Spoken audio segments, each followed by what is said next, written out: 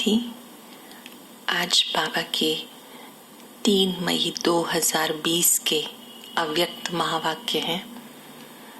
इन महावाक्यों के प्रारंभ में कुछ पल साइलेंस में रहकर बाबा का आह्वान करेंगे।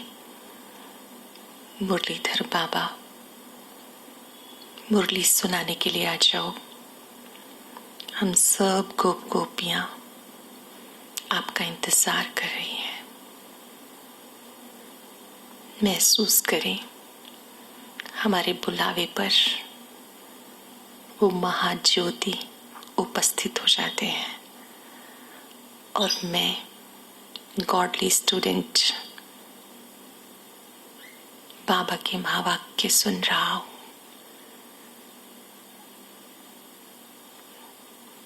आज बाबा ने संगम युग का महत्व समझाया। जो समय चल रहा है ये कैसा युग है, इसकी विशेषताएं, और साथ साथ स्वराज्य अधिकारी बनने की बात कही। स्वराज्य अधिकारी अर्थात स्वयं की कर्मेंद्रियों पर पूरा राज्य करना, अपने मन बुद्धि संस्कार के मालिक बन जाना, स्वयं पर पूरा आदेश निर्देश देते हुए खुद को कंट्रोल में रखना, संयम में रखना। जो स्वराज्य अधिकारी आत्मा है वो ही भविष्य विश्व राजा बन सकती है, महाराजा बन सकती है। साथ साथ बाबा ने एक गोल्डन एज स्वभाव की बात कही है कि सत्युगी दुनिया में चलना है तो अपना स्वभाव गोल्डन एज का बनाना है, जिसके अंदर जरा भी ईर्ष्या ना हो, स्वार्थ ना हो, जिद और सिद्ध ना हो। तो हम इन चीजों पे अटेंशन रखेंगे और इसको ठीक करने का साधन है शुभ भावना, शुभ कामना। इसको आज हम पूरा दिन प्रैक्टिस करेंगे। कोई भी हमारे सामने आए उसके लिए एक मंगल कामना कि आत्मा का कल्याण हो। जो और कोई आपके सामने आए दिल से आवाज निकले, आप खुशियों से भरपूर रहें, आपका जीवन सफलताओं से संपन्न हो, आप सदा स्वस्थ रहें। एक दिन भी अगर हम ये देने का कार्य करेंगे तो हमारा मन व्यर्थ की बातों से मुक्त हो जाएगा। शुभ भावनाएं वरदान का कार्य करती हैं। तो आज हम अटेंशन से सुनते हैं। मुरली का सार है संगम युग, जमा करने का युग। आज सर्व बच्चों के तीनों काल को जानने वाले त्रिकालदर्शी बाप दादा सभी बच्चों के जमा का खाता देख रहे हैं। आज बाबा सभी बच्चों के जमा का खाता देख रहे हैं। ये तो सब जानते हो, सारे कल्प में श्रेष्ठ खाता जमा करने का समय सिर्फ संगम युग है। सरल शब्दों में अपनी सच्ची कमाई जमा करने का आधार पूरे 5000 वर्ष के लिए यही संगम युग है। जितनी चाहें आप अपनी सच्ची कमाई जो साथ जाने वाली है वो आप जोड़ सकते हैं। बाबा स्थूल धन की बात नहीं कर रहे हैं, बल्कि ये जो ज्ञान धन है, योग बल है, धारणाओं का बल है, ये जो जमा का खाता जो हमेशा हमारा साथ रहता है, उसके लिए बाबा कह रहे हैं ये जमा करने का समय है। छोटा सा युग, छोटी सी जीवन है, लेकिन इस युग इस जीवन की विशेषता है कि जो अब जितना जमा करना चाहो उतना जमा कर सकते हो। इस संगम युग में आप जब चाहो जितना चाहो जमा कर सकते हो।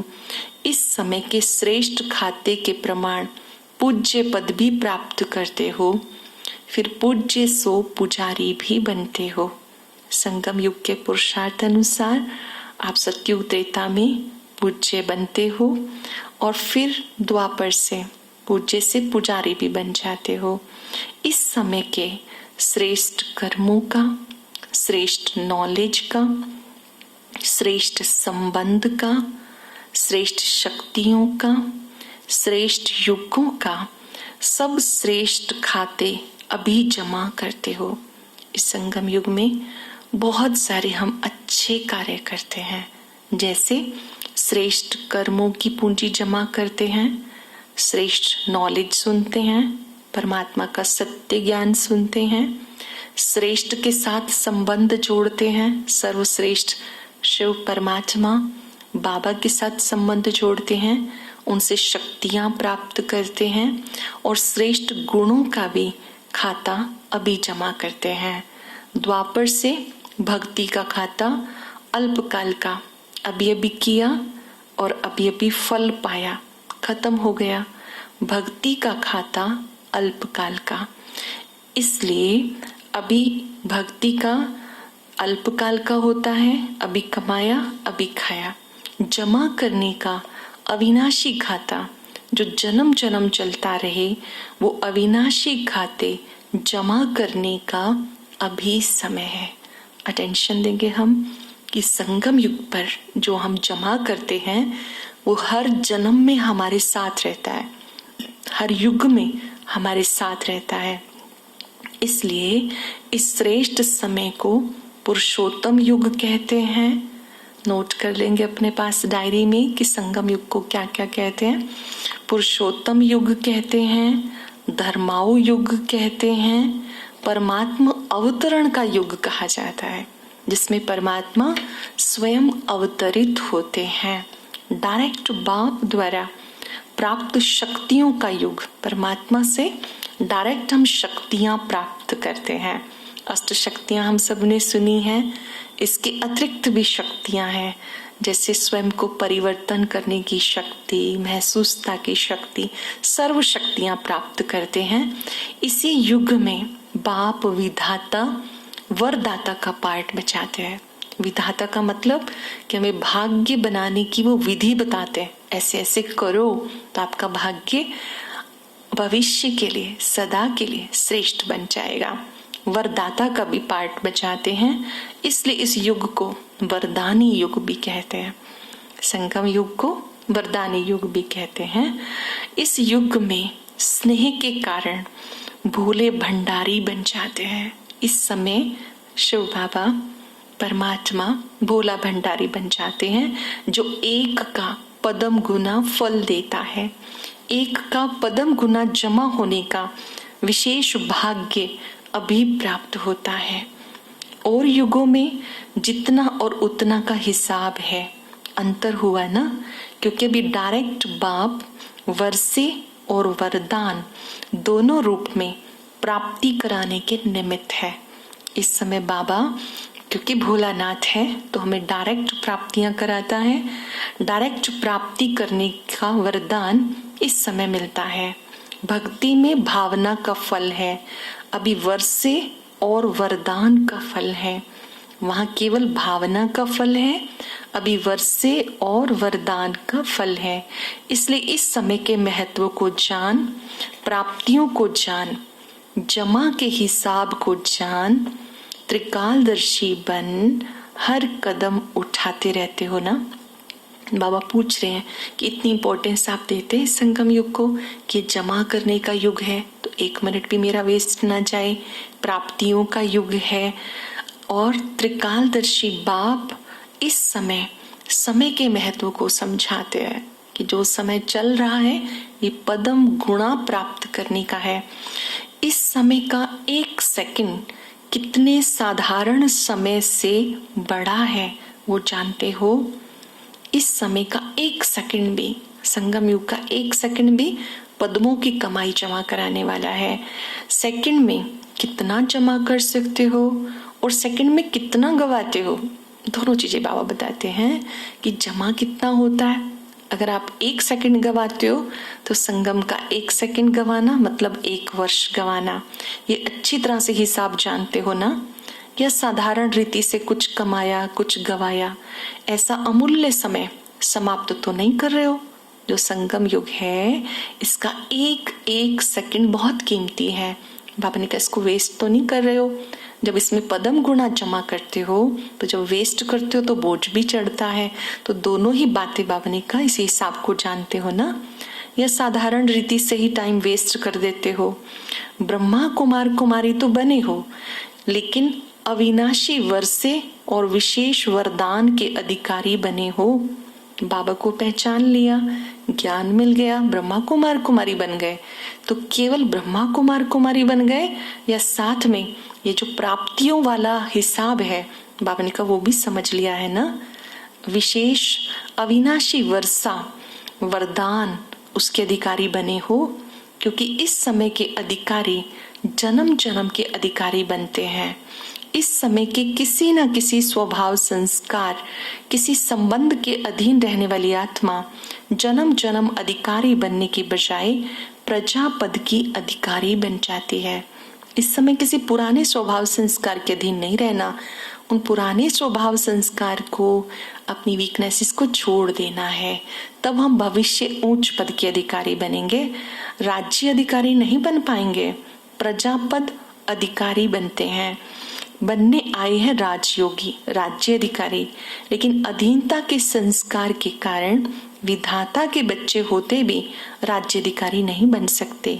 इसलिए सदा चेक करो स्वराज्य अधिकारी कहाँ तक बने हो। हमारे राजयोग सीखने तो स्वराज्य अधिकारी बनना है। अगर कोई पुराना संस्कार अपनी ओर खींचता है और वो रह जाता है तो हम अधिकारी नहीं बनेंगे, बल्कि फिर प्रजा में चले जाएंगे।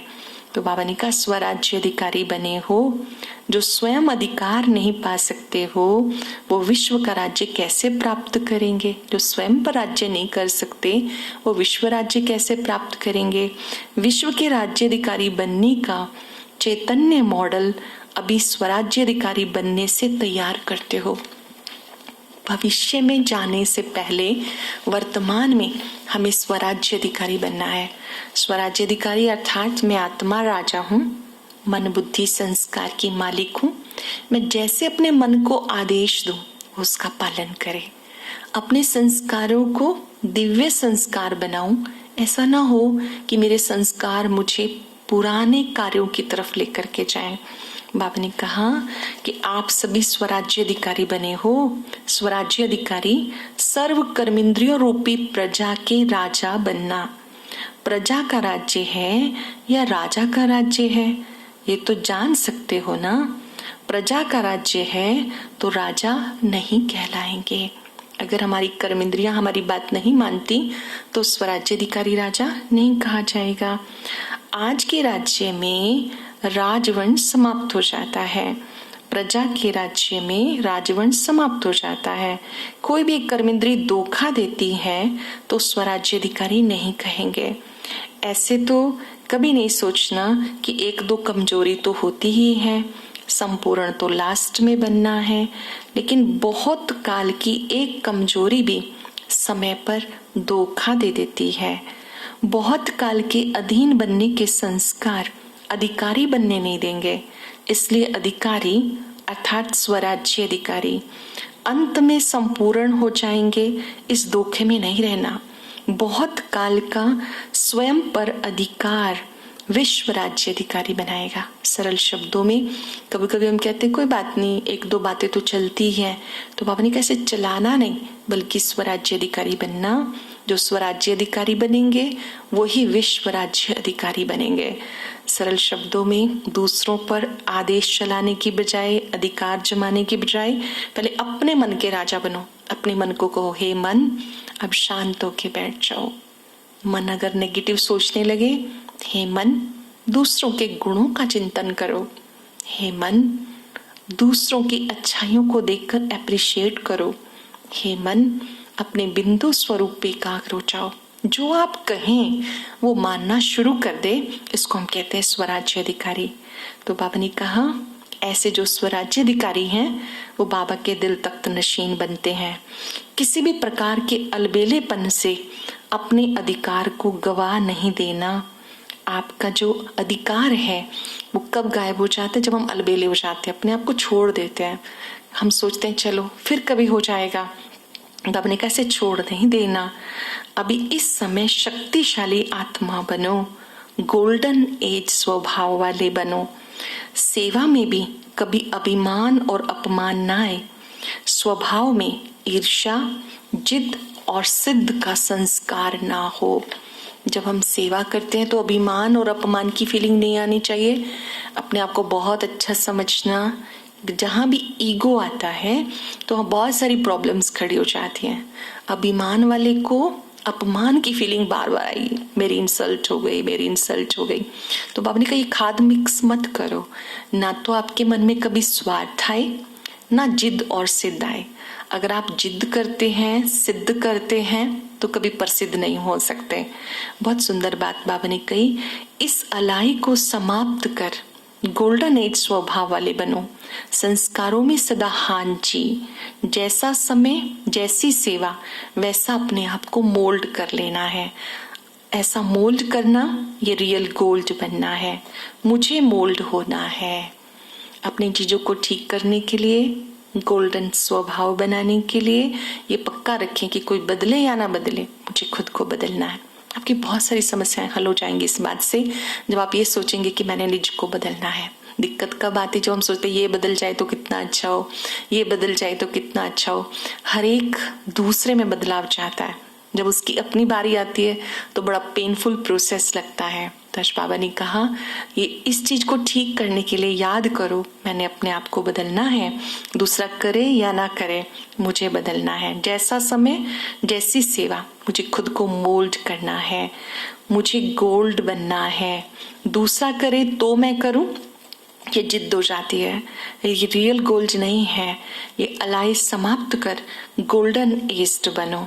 संबंध में हर एक के प्रति शुभ भावना, कल्याण की भावना, जिनके भी संबंध संपर्क में आते हैं हर एक के प्रति कैसी भी कोई आपके लिए भावनाएं रखे, आप शुभ भावना, कल्याण की भावना रखें। स्नेह की भावना हो, सहयोग की भावना हो, कैसे भी भाव स्वभाव वाला हो, लेकिन आपका सदा ही श्रेष्ठ भाव हो। इन बातों में स्वयं परिवर्तन ही विश्व परिवर्तन का आधार है। मुझे खुद को बदलना है, मुझे अपनी भावनाओं को अच्छा रखना है, सबके लिए स्नेह की भावना, शुभ भावना, सहयोग की भावना हो।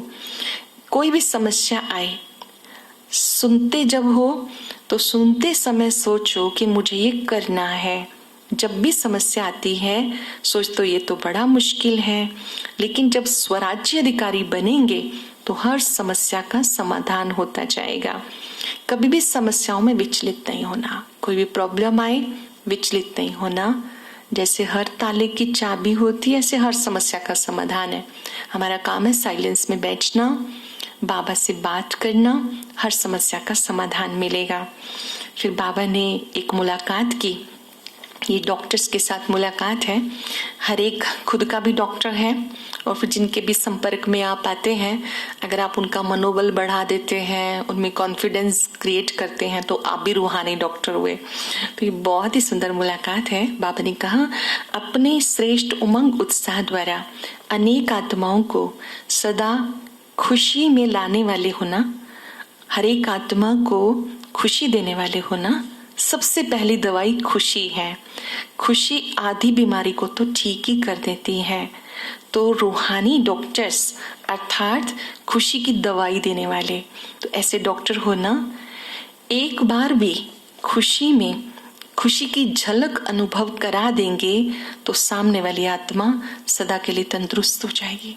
अगर आप खुशी खुशी किसी को मिलते हैं, वैसे भी अगर कोई प्रोफेशन से डॉक्टर है, अगर वो पेशेंट को मुस्कुराते हुए मिलता है तो बाबा कहते हैं आपकी खुशी वाला चेहरा भी सामने वाले पेशेंट की बीमारी को ठीक कर देता है। एक बार भी खुशी की झलक आत्मा को अनुभव हो जाए तो वो आत्मा खुशी की झलक से आगे बढ़ती रहेगी। तो सभी को डबल लाइट बनाए उड़ाने वाले डॉक्टर्स होना। वह बेड से उठा देते हैं। यहाँ पर बेड से उठाने का मतलब है मन से उत्साहित करना। अगर आप किसी को खुशी की बातें सुनाते हैं, उमंग उत्साह की बातें सुनाते हैं, तो वो खुशी भी उनके लिए औषधि बन जाती है।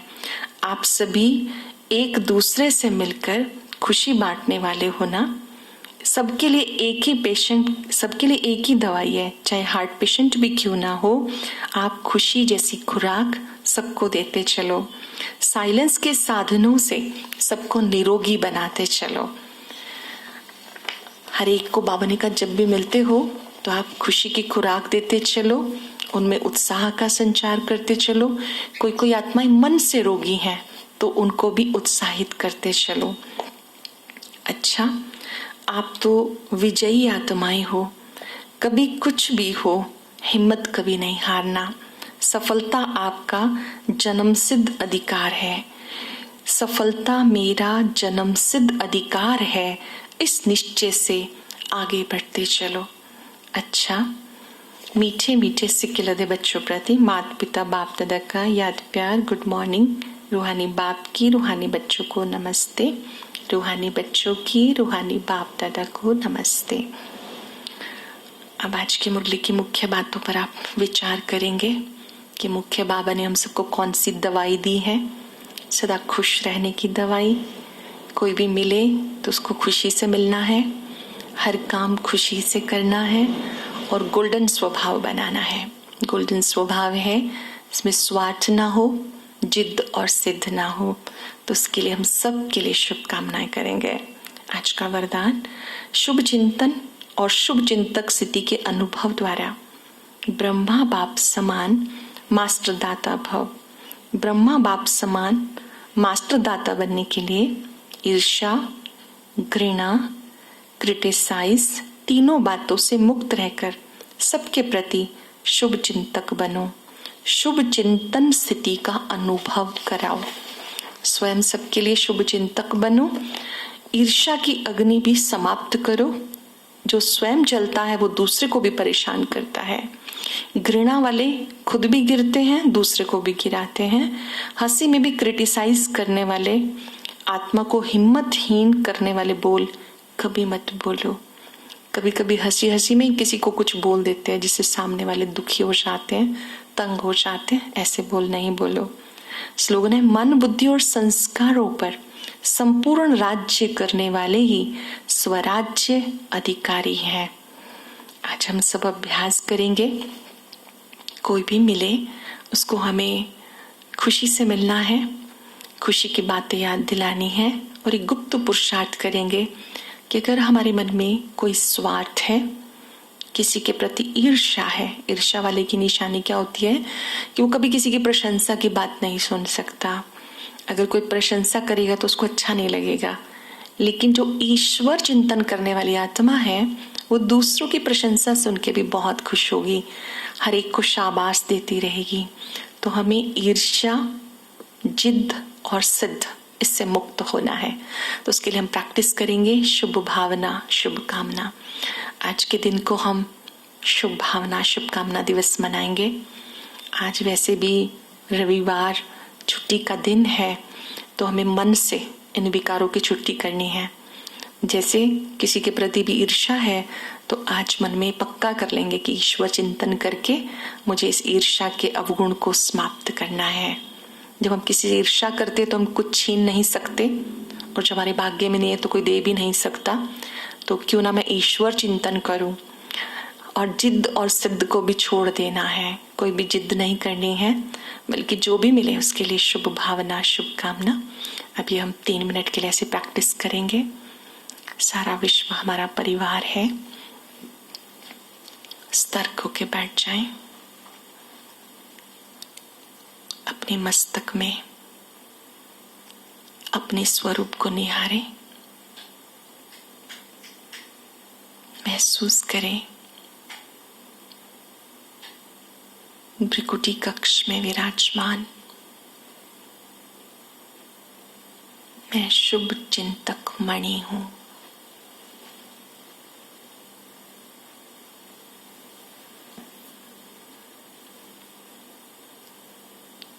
समस्त विश्व की आत्माएं मेरा परिवार है।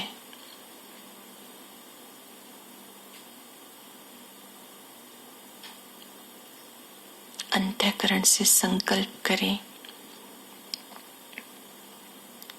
सबका भला हो, सबका कल्याण हो।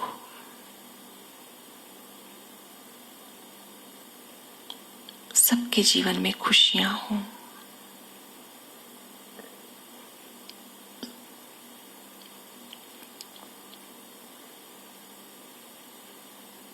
फाउंटेन की तरह बाबा का प्रकाश मुझ में समा रहा है। आज मैं आत्मा संकल्प करती हूँ, इस संगम युग में मुझे 1 मिनट भी वेस्ट नहीं करना।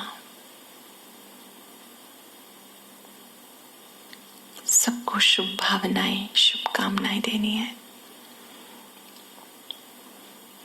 ओम